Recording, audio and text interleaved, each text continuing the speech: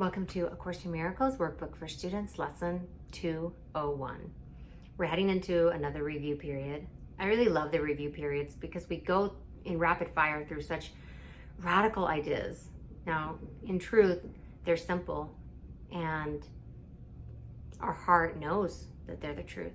But to the mind, to ego, they seem really radical. They're very different than what the world of man teaches.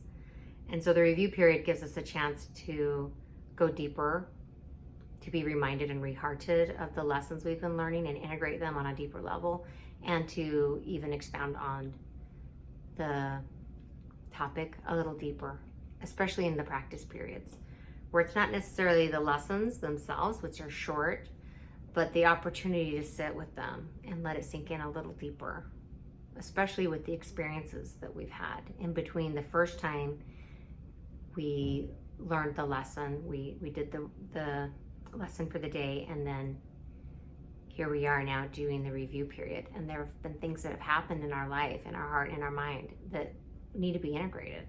That's what I find with the review periods, is that it's a beautiful opportunity to do that. So I'm going to read the introduction and then we'll go straight into the first review. For this review, we take but one idea each day and practice it as often as is possible. Besides the time you give morning and evening, which should not be less than 15 minutes, and the hourly remembrances you make throughout the day, use the idea as often as you can between them. Each of these ideas alone would be sufficient for salvation if it were learned truly. I'm going to read that again because that is so potent. Each of these ideas alone would be sufficient for salvation if it were learned truly. Wow. I find that some lessons click for me differently than others. And so we're really being given an opportunity to learn the truth through different principles. And some of them will connect with more than others. But I love the idea. I love this statement. Each would be enough to give release to you and to the world from every form of bondage and invite the memory of God to come again. With this in mind, we start our practicing, in which we carefully review the thoughts the Holy Spirit has bestowed on us in our last 20 lessons. Each contains the whole curriculum if understood, practiced, accepted, and applied to all the seeming happenings throughout the day. One is enough, but from that one, there must be no exceptions made. And so we need to use them all and let them blend as one, as each contributes to the whole we learn.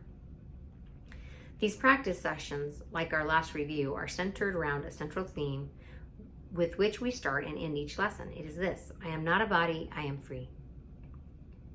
For I am still as God created me. The day begins and ends with this, and we repeat it every time the hour strikes, or we remember in between. We have a function that transcends the world we see. Beyond this, and a repetition of the special thought we practice for the day, no form of exercise is urged except a deep relinquishment of everything that clutters up the mind and makes it deaf to reason, sanity, and simple truth.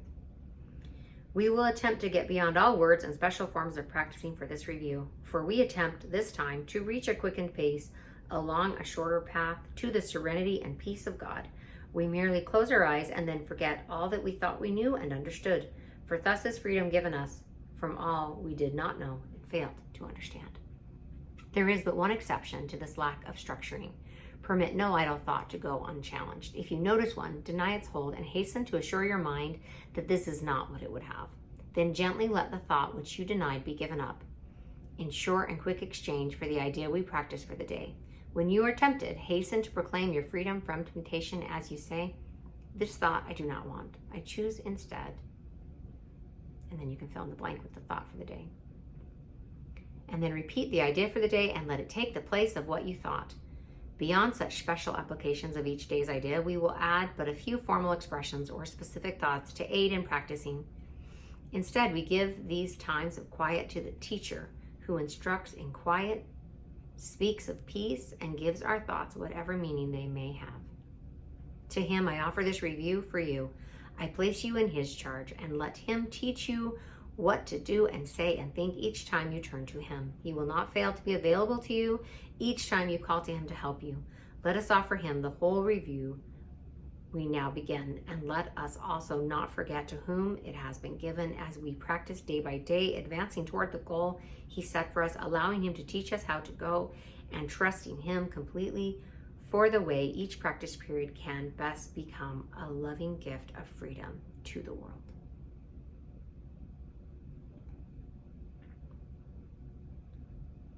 Wherein it says the teacher. There can be different meanings for that, but primarily A Course in Miracles workbook for students is referring to the Holy Spirit that resides within you, that is not separate from you. And listening to that stillness, that inner knowing, that inner guide, that teacher. So we begin now with lesson 201. I am not a body, I am free, for I am still as God created me.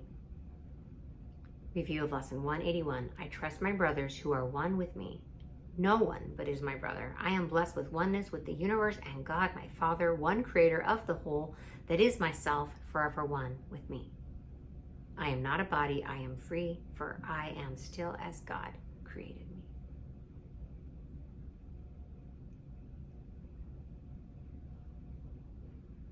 I trust my brothers who are one with me. To be able to say this in sincerity, sometimes we have to look past the ego. We have to look past the delusion and see the truth of who our brother is and of who we are. And as we look past the illusion, this is a blessing for those we come in contact with. It supports them in looking past the illusion as well. Thank you so much for joining me, and I will see you tomorrow for lesson 202.